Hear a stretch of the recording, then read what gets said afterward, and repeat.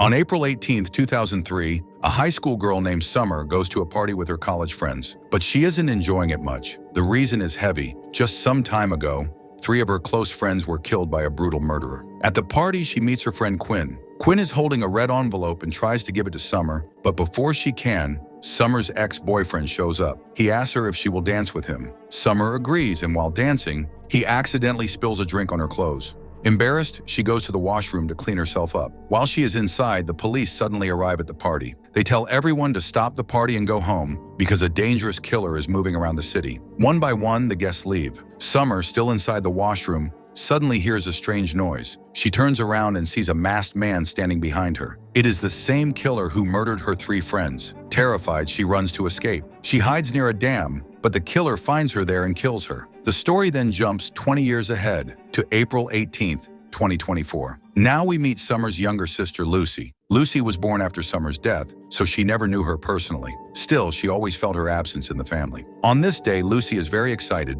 because she has received a letter from NASA offering her an internship. She happily shares this news with her teacher at school. Coincidentally, Lucy studies in the same school where Summer studied long ago. But this date, April 18th, is a dark reminder. Exactly 20 years ago, on this same day, the murderer killed Summer and 3 others. That killer was never caught. After school, Lucy goes home. She quietly enters her sister Summer's old room, which her parents have kept the same as it was years ago. While looking around, Lucy notices that a part of the wooden floor is shaking, like it can slide. Curious, she moves it aside and finds a pile of papers hidden under it. She picks one up. On the paper, in rough handwriting, it says, "Now I am free, but you are not. You will regret it." At the end, there is only the letter E. Before Lucy can think more about what it means, her mother walks into the room. Later, Lucy sits with her parents and tells them about her NASA internship. Her father listens quietly and says he would rather have her work in his own company. Ever since Summer's death, he has been very protective of Lucy, and he is scared to let her go far away. That evening, all 3 of them go to the place where Summer was murdered years ago.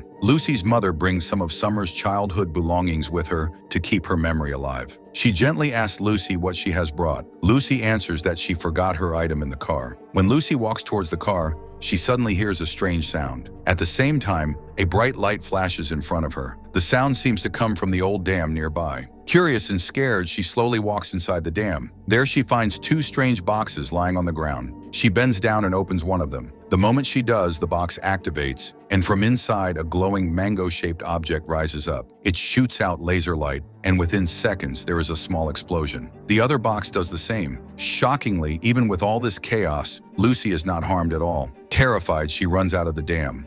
But when she comes outside, she freezes in shock. Everything around her looks completely different. The ruins she had just seen are no longer there. They are now whole and alive. The streets, the walls, the trees, everything looks like it has gone back in time. Even worse, her mom and dad are nowhere to be found. She shouts their names, but there is no answer. She takes out her phone to call them, but her phone shows no network. Panicked, Lucy runs towards her school. When she gets there, she cannot believe her eyes. The students are all wearing old-style clothes. The gadgets they carry are outdated, nothing like the modern ones she knows. That's when she realizes the truth. She has somehow traveled back in time, back to the year 2003. In shock, she sees something even stranger. Her sister Summer is alive, standing with the same friends who had died years ago. Summer's boyfriend Ethan is there too, and Lucy notices they are arguing. Suddenly, Lucy remembers the letter she had found in Summer's room, the one signed with the letter E. She begins to believe that Ethan must have been the one who wrote those threatening notes. Confused, Lucy goes to meet her science teacher. In her real time in 2024, she had told this same teacher about her NASA internship. But here,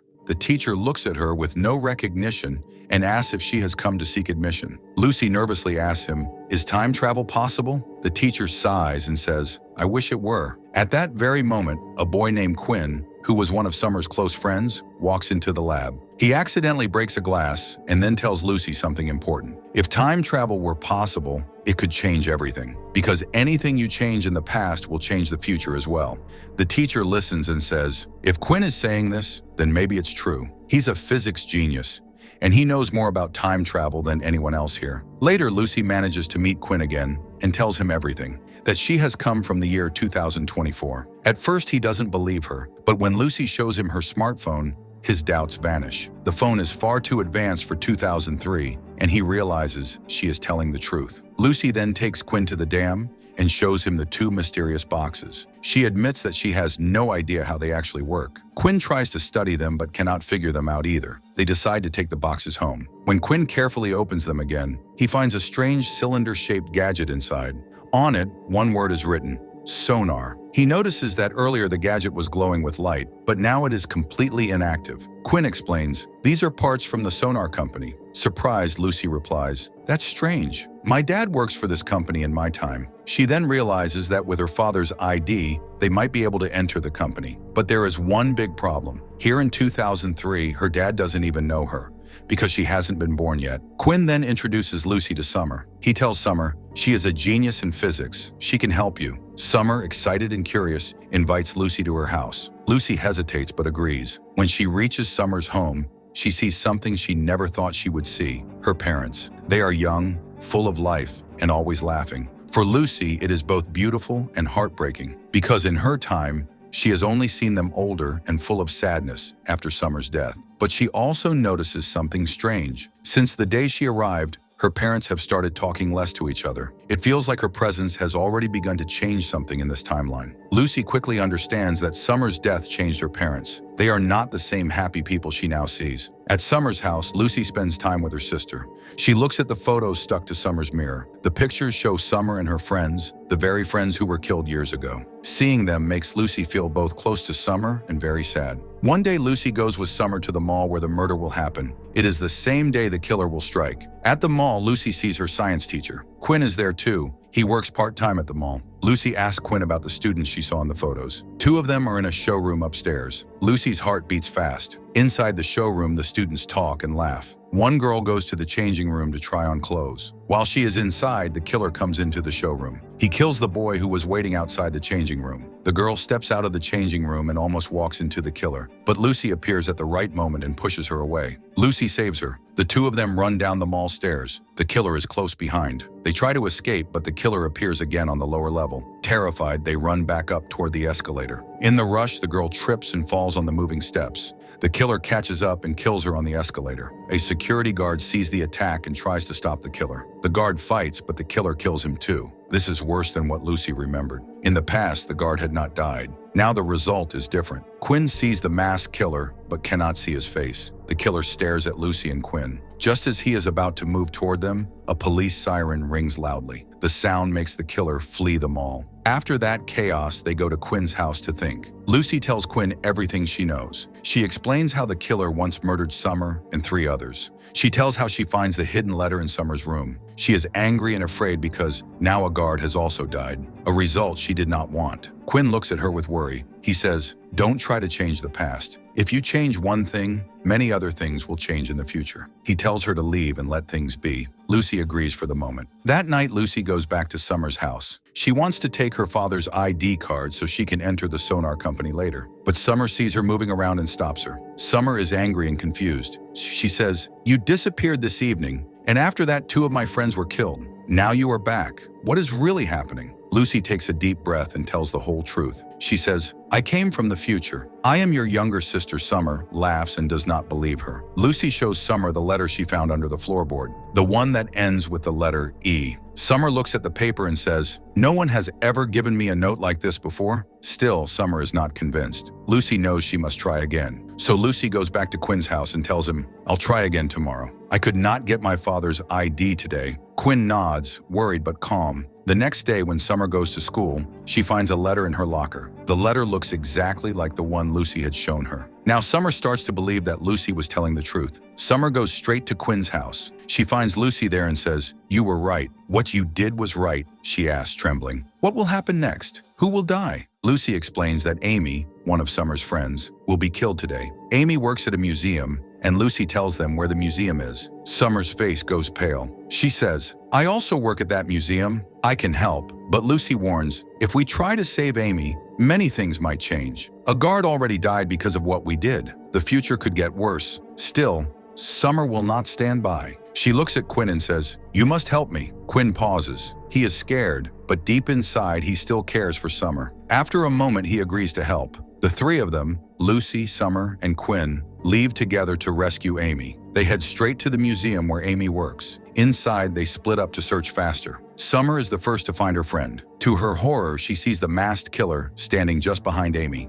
"Look back!" Summer shouts. Amy turns and freezes when she sees the man in the mask. Summer quickly pulls her out and slams the door shut. Somehow, all four of them, Summer, Lucy, Quinn, and Amy, manage to escape the museum without harm. Lucy feels an enormous relief. For the first time, they save someone from the killer without complications. Summer later takes Amy home safely. Meanwhile, Quinn and Lucy wait nearby. Quinn looks at Lucy seriously and asks, "Who does the killer go after next?" Lucy tells him, "Summer." Quinn quietly says, "We have to protect her." That evening, Lucy sits with Summer's parents at their home. She casually asks them if they are planning to have another child. Her mother laughs and says, "No, one summer is enough for us." At that moment, Lucy understands the truth. In her real timeline, her parents only decided to have another child after Summer's death. That's why Lucy was born. If Summer survives now, then Lucy herself will never exist in this world. Later, Lucy tells Summer everything. She explains how her birth was tied to Summer's death. With tears in her eyes, she promises, "No matter what, I won't let anything happen to you." The next day, Lucy quietly takes her father's ID card. At Quinn's house, she finds his room empty. On his desk, she notices a letter written for Summer, a love letter. She reads it softly to herself. It is tender, filled with feelings Quinn has never spoken aloud. Just then, Quinn enters the room. Lucy quickly places the paper down and acts as if she hadn't seen anything. Together, they use her father's ID to enter the sonar company at night. Security is light, and the two of them sneak inside. They reach a hidden laboratory where they hope to find the missing component that can power the time machine. But when they search the lab, they realize something shocking. The part is gone. Someone has already been here before them. As they look around, they discover something even worse. A guard's lifeless body on the floor. He has been brutally murdered. Lucy stares at the scene, and her chest tightens. She realizes the truth. The killer is not just some masked figure from 2003. The killer has also used the time travel machine. He came from the future. The story shifts back to April 18th, 2003, the night of the party where Summer was fated to die. Summer arrives at the party. Her ex-boyfriend is there, but she ignores him and instead walks straight to Amy. In front of everyone, she suddenly kisses her. It becomes clear. Summer and Amy are in love. The letter Summer found in her locker was never from Ethan. It was written by Amy. While this unfolds at the party, Lucy and Quinn are still in the sonar lab, trying to piece everything together. The missing part, the murdered guard, the killer's movements, it all fits into one terrifying conclusion. The murderer who killed Summer and her friends was not from this time at all. He had traveled from the future to hunt them. Meanwhile, Summer is shown entering the dam, the very place where, in the past, she was murdered. Inside, the masked killer is waiting. He steps closer, ready to strike her down. But suddenly, headlights flash. Lucy and Quinn drive straight into the dam and hit the killer with their car, knocking him off balance. Summer jumps inside the car, and they speed away. The killer slowly stands up again. His mask is cracked and then breaks apart. All three of them see his face clearly. Shock runs through them. The killer is none other than Quinn himself, but older, scarred, and from the future. Terrified, Lucy, Summer, and the present-day Quinn escape to Quinn's house. The younger Quinn doesn't understand anything. He keeps asking, "How can that be me?" Moments later, the future Quinn arrives there too. His eyes are filled with anger and pain. He begins to explain. He says, "I was always bullied. No one cared about me. I love Summer more than anything. Today I wrote a love letter to her and put it in an envelope, but she never accepted it. She went to dance with her ex-boyfriend instead. And later, all the students laughed at me when they pushed me into the water. That day broke me forever. That is why I came back, to kill all of you, to destroy everyone who ruined my life." Lucy looks at the present Quinn, and she realizes something. In this version of events, things changed. Because Lucy saved him from being thrown into the water, this younger Quinn never experienced that humiliation. He never even tried to give Summer the letter this time. That's why this Quinn is calm and good. But the older Quinn, who lived through the pain, still carries all that hatred and rage. The younger Quinn finally steps forward. With courage in his voice, he says to his future self, "If you try to kill anyone, then I will kill myself. And if I die, you will never exist at all." The future Quinn freezes in shock, but before he can react, Lucy powers on the time machine. She struggles with him, pushing him closer to it. She shouts at the younger Quinn, "Take Summer and get out of here." They run while Lucy forces the killer into the swirling machine. The machine activates, pulling them both into the future, to the year 2024. The dam vanishes, replaced by a parking lot. The older Quinn tries one last time to stab Lucy, but she throws a high-voltage charger at him. The electric current catches his knife, and he falls to the ground, stunned and weak. Lucy seizes the chance and ends his life. Breathing heavily, Lucy looks at the stolen time travel part in her hand. She knows what she must do. She uses it one more time to return to 2003. There she meets Summer and the younger Quinn again. Their faces light up when they see her alive.